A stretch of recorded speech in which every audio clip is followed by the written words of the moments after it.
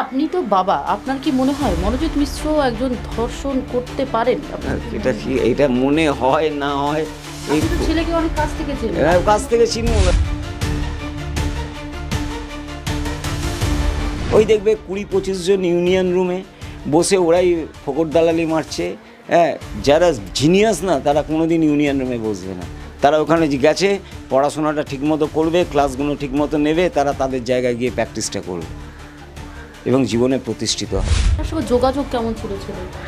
যোগাযোগ হ্যালো হাওয়ারি, মানে যোগাযোগ বলতে কি, যোগাযোগ বলতে ওর সাথে আমি কোনো ডিসকাশনও করতাম না, আর আমি কিছু বলতামও না, আর আমার কাছে কোনো চাওয়া পাওয়ার ব্যাপারও ছিল না। আমি খুব সেলফ মেড মানুষ, আমি কারো কাছে কিছু চাইটাই না। আমি বলছি যে কলেজ বলে নয়, এখানে ও বিভিন্ন সোশ্যাল অ্যাক্টিভিটির সাথে এই ব্লিচিং হ্যান ত্যান, ওই যেখান থেকে ফটোগুলো বের করছে কোথা থেকে আমি জানি না, ওই মিডিয়াতে দেখাচ্ছে ওখানে ওই ফটোগুলো আছে, ওই ফটোগুলো কেন বের করা হচ্ছে না আমি তো জানি না। রাজনীতিতে আসাটাই কি কাল হলো বলছেন?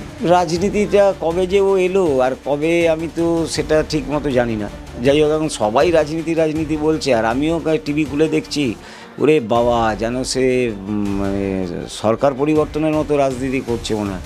রাজনীতিতে কবে গেল কি গেল সেই বিষয়ে আমার কোনো জানা নেই, কিন্তু এই প্রচার মাধ্যম বলছে যে রাজনীতিতে বিশাল দাপুটে প্রভাবশালী। আমি যা দেখছি তো বিভিন্ন রাজনৈতিক দল মনে হচ্ছে এই সরকার পরিবর্তন হয়ে গেল।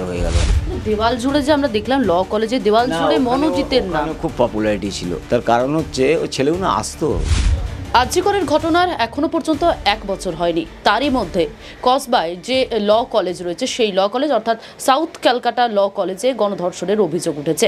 এই কসবা কাণ্ডে ইতিমধ্যে 4 জন গ্রেপ্তার হয়েছে। গতকাল 3 জনকে আদালতে তোলা হয়েছিল এবং আজকে সেখানে নিরাপত্তা রক্ষীকেও গ্রেপ্তার করা হয়েছে। কিন্তু এই যে কসবা কাণ্ডে ধর্ষণের অভিযোগ, সেই ধর্ষণের অভিযোগের মূল অভিযুক্ত যে মনোজিৎ মিশ্রের বিরুদ্ধে একাধিক অভিযোগ উঠে এসেছিল। এই মুহূর্তে আমাদের সঙ্গে রয়েছে মনোজিৎ মিশ্রের বাবা রবীন মিশ্র, সরাসরি কথা বলে নেব। আপনার ছেলের বিরুদ্ধে অভিযোগ হচ্ছে গণধর্ষণের এবং সেখানে মূল অভিযুক্ত বারে বলা হচ্ছে, বিষয়টা আপনি শুনেছেন? আপনার কি মনে হয় যে সত্যি তিনি অভিযুক্ত? দেখুন, এটা তো সাবজুডিস ম্যাটার এবং তদন্ত চলছে। কলকাতা পুলিশের প্রতি পূর্ণ আস্থা এবং ভারতের সংবিধানের প্রতি পূর্ণ আস্থা আছে আমার। তো যখন তদন্ত, কোনো জুডিশিয়ারি তদন্ত, সেই বিষয় নিয়ে কোনো কিছু বলাটা, টিপ্পনি কাটাটা উচিত না।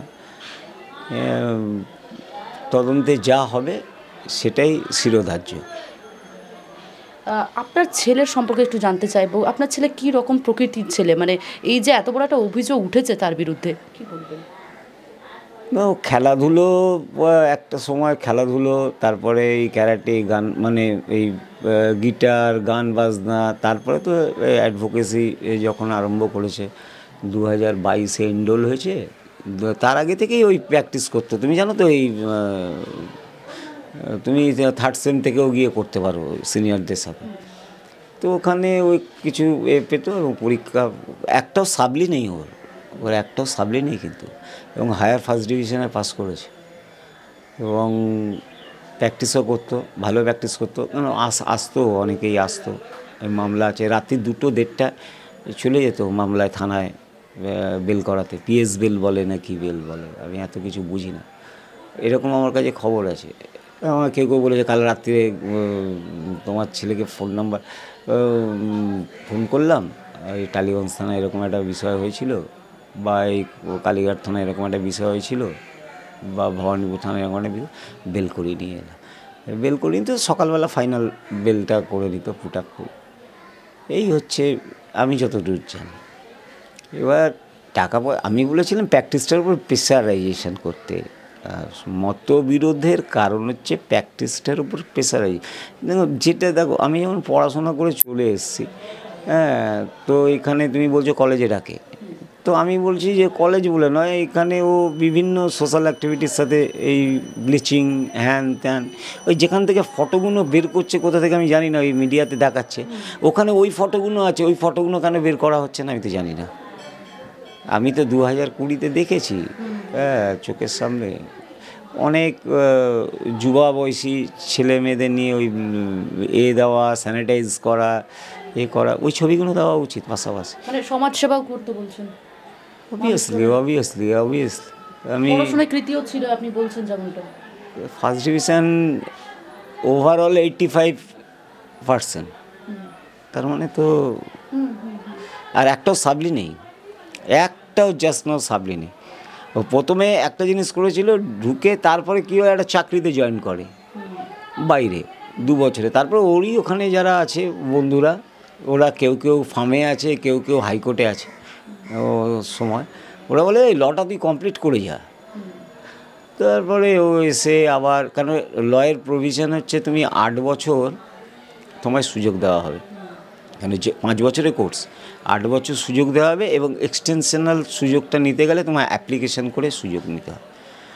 আর ল কলেজ হচ্ছে 4-5টা কলেজের মতো নয়, কিন্তু মেডিকেল কলেজের থেকেও টাফ।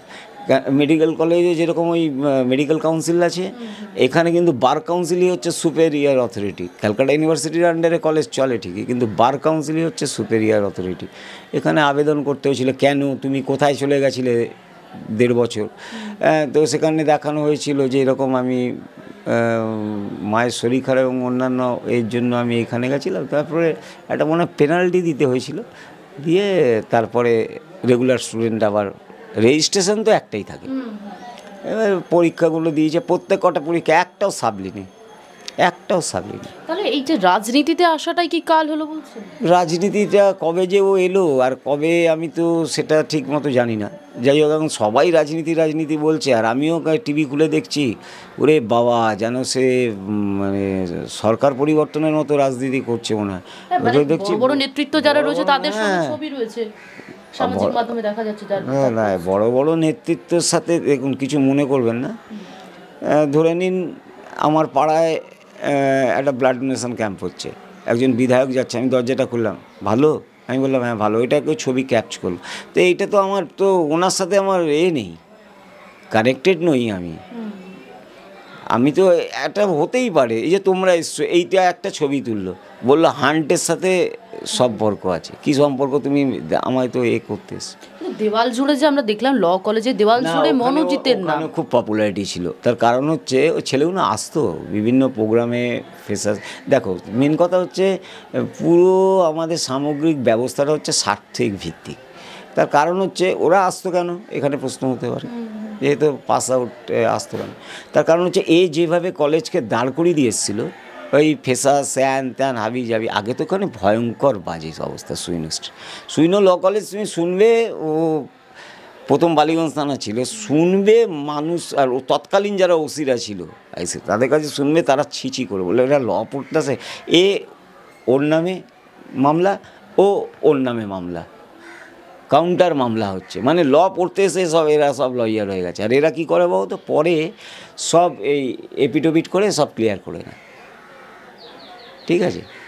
তো এইবার হচ্ছে এইটা চলে, এটা তুমি পাবে ল কলেজগুলো পাবে, এগুলো হচ্ছে কিছু কিছু ছেলে মেয়ে আছে খুবই ভালো, তারা এইসবের মধ্যে কোনো মাথা ঢোকায় না, আসে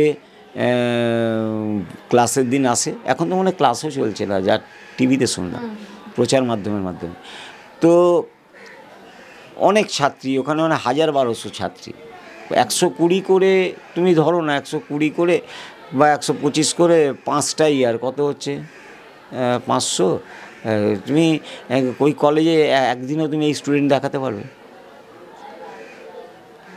যারা ইন্টারেস্টেড বাই এই কলেজ, ফেসাস, মানে ওই ইউনিয়ন, কোন দলের ইউনিয়ন আমি বলতে পারছি না, ইউনিয়ন, তারা কিন্তু করে, তারাই আসে।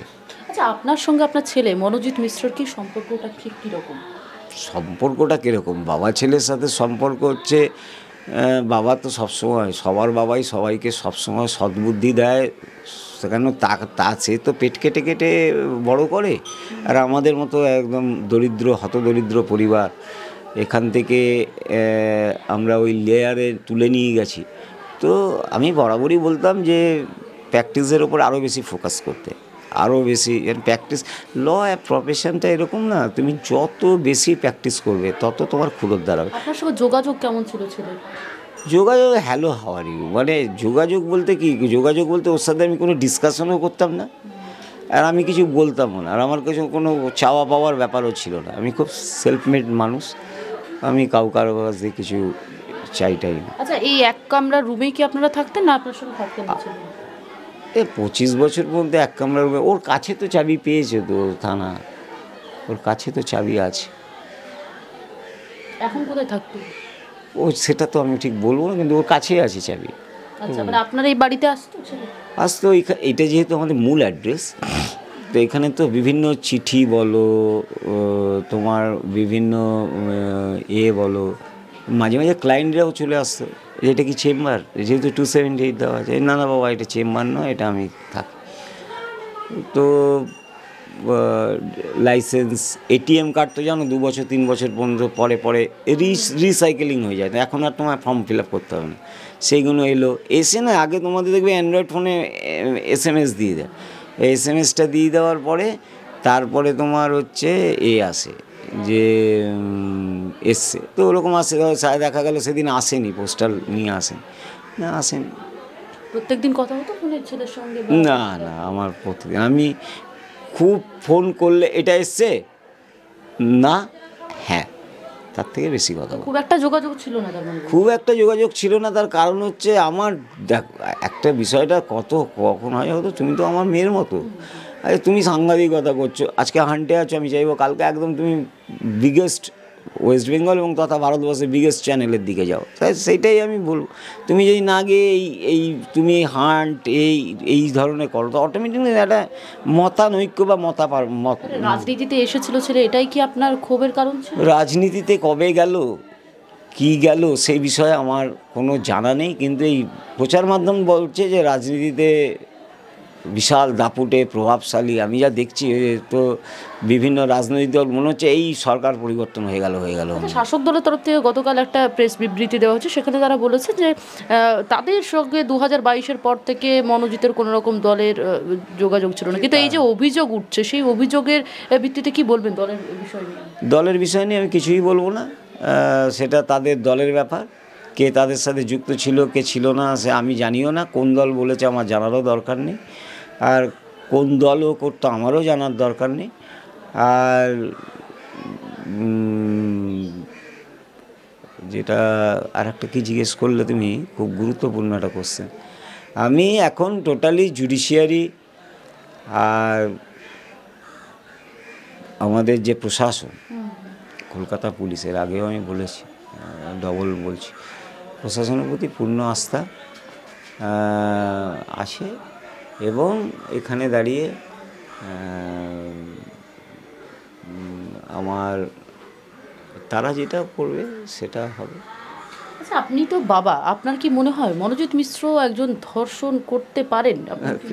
এটা মনে হয় না হয়, এই ছেলেকে অনেক কাছ থেকে চিনবো না, তাকে কাঁধে করে স্কুলে নিয়ে যেতাম, কাঁধে করে, মানে ছোট যখন এখানে বাণিজ্য ওঠে তো প্রচুর কাদা, তো শুতে ব্ল্যাক শুতে কাদা লেগে যাবে, কাঁধে করে নিয়ে যেতাম। তো এখানে তো প্রসঙ্গই নেই যে মানে কি বলবো আর আপনাকে, এটা আমি তো কোনোদিন দেখিনি ভাই 25 বছরে কোনো মেয়েলি ঘটিত বিষয় দেখিনি। একটা ছেলেকে তো চেনা যায়, 10-12 বছর থেকেও চেনা যায়। আপনি বাবা, আপনি সব থেকে কাছ থেকে? হ্যাঁ, সব থেকে কাছ থেকে, এবং আমাদের বয়সের খুব একটা বেশি ডিফারেন্স নেই। আমার খুব টিনেজে ম্যারেজ হয়েছিল, ওই জন্য এতটা ডিফারেন্স দেখছি। হ্যাঁ, তো আমি এটা বলতে পারবো না, সাবজুডিশিয়াল ম্যাটারে আমি পূর্ণ আস্থা আছি, তাতে যা হয় তাই হবে। মানে মানতে কি পারছেন যে এই ঘটনা যে ঘটেছে? আমি না মানতে পারলে তো আর প্রশাসনের কাজ বন্ধ করে দেবে না, জুডিশিয়ারিতে চলে গেছে, আমি মানি না মানি, যেটা সত্য আমি চাই সত্যটা উদ্ঘাটন হোক। আপনি কি কখনো দেখেছিলেন ছেলের যে কোন জিনিসের প্রতি বেশি আসক্ত, বেশি নেশা রয়েছে, বা এরকম কখনো মনে হয়েছে? না, নেশা তো কেউ আর প্যারেন্টসের সামনে করে না, এই জিনিসটার ইচ্ছে রয়েছে, বা ইচ্ছে তো হচ্ছে নেতা, ওই কী বলে, ওই প্রোগ্রাম, ওই উত্তরীয় এই 25 জন মিলে এসে বলছে দাদা আজকে রক্তদান শিবিরের এই নেমন্তন্ন যেতেই হবে, জন্মদিনের দিনে সব ফুল দিচ্ছে। আপনি নেতা কথাটা প্রসঙ্গটা তুললেন, নেতা মানে শুধু পলিটিক্যালি নেতা হওয়া যায় না। আজকের দিনে দাঁড়িয়ে আমিও নেতা, কারণ এত মিডিয়া আমাকে কভার করছে, আমি তো কোনো পলিটিক্যাল পার্সন নই, নেতা মানে সবসময় আপনারা পলিটিক্যালি নিয়ে নেবেন না। নেতা গোষ্ঠীরও হতে পারে, নেতা পরিবারেরও হতে পারে। পরিবারকেও তো, তোমার বাবাও তো নেতা, কারণ তোমার বাবা পরিবারকে নেতৃত্ব দেয়। মানে একটা পপুলারিটি হওয়ার একটা পপুলারিটি তো হবেই একটা ছেলে, আরে ও যে প্রফেশনে আছে সেই প্রফেশনেই পপুলারিটি আছে। কালকে দাঁড়িয়েছিল ওর হয়ে কেউ? দাঁড়ায়নি। দাঁড়িয়েছিল কি? কোর্টে গেছিলে? দাঁড়ায়নি। তোমরা খবর মিস করেছো। আপনার ছেলে তো দীর্ঘদিন ক্রিমিনাল ল নিয়ে প্র্যাকটিস করছে। হ্যাঁ, দাঁড়িয়েছে তো কালকে। ওদের সিনিয়ররা নেই, এখন ভ্যাকেশন চলছে, দাঁড়িয়েছে কালকে, দাঁড়িয়েছে। কিন্তু এইবার হচ্ছে বার কাউন্সিল বুঝবে। আর আমার ভাই, আমার পুরো আস্থা আছে ভারতের সংবিধান এবং আমাদের যে রাজ্য প্রশাসন, তারা ঠিক তদন্ত করবে, তদন্ত সঠিক জায়গায় নিয়ে যাবে। আচ্ছা, আরজি করের যারা যে মা বাবা রয়েছে, নিহত চিকিৎসকের মা বাবা, তারা দাবি করছেন তারা মানে লড়াই লড়বেন, তারা মেয়েটি যে ভিকটিম এই ঘটনায় কসবা কাণ্ডে, তার যে ঘটনা তিনি মুখ খুলেছেন সবার সামনে, তার জন্য সাহসিকতা। আপনি কি বলবেন এই মেয়েটি যে সব কিছু প্রকাশ্যে এনেছে এই বিষয়ে? খুব ভালো। ওনার মেয়ের প্রতি যে ঘটনা ঘটেছে খুবই নিন্দনীয়, দুঃখজনক, বেদনাদায়ক। ভবিষ্যতে আর যেন কোনো দিন না হয় এই ধরনের ঘটনা। কিন্তু এই যে মেয়েটি, আপনার ছেলের বিরুদ্ধে যে অভিযোগ উঠেছে, সেই মেয়েটি, সেখানে যে মেয়েটি ছিল সেই অভিযোগকারিনী দাবি তিনি নাকি জিএস পদের জন্য গেছিলেন। এই বিষয়টা পুরো বিষয় একটা কথা বলেছিলাম মধ্যখানে, তুমি করলে বলে আমি তোমায় বলে দিয়েছি। তুমি একটা জিনিস লক্ষ্য করেছো, তোমার টোটাল কত স্টুডেন্ট বললাম? প্রতিটা সেমে 125 জন করে ধরো, 5টা সেম, 5 দুগুণে 10টা সেম, ইয়ার 5টা ইয়ার। এবার কত হচ্ছে, কতজন? মানে 700-800 ছাত্রছাত্রী কিন্তু রেগুলার আসা যাওয়া করে কি কলেজে? কোনো দিন দেখেছি? না না, 1 মিনিট, সেটা আমি ক্লিয়ার করে দিচ্ছি, ক্লিয়ার ক্রিস্টাল। আমি তো ফেস করে এসেছি এর আগে, আমি টাকা দিতে গেছি একবার ওই ওরা হয়েছে, একদম বাজে ফালতু লোকজন।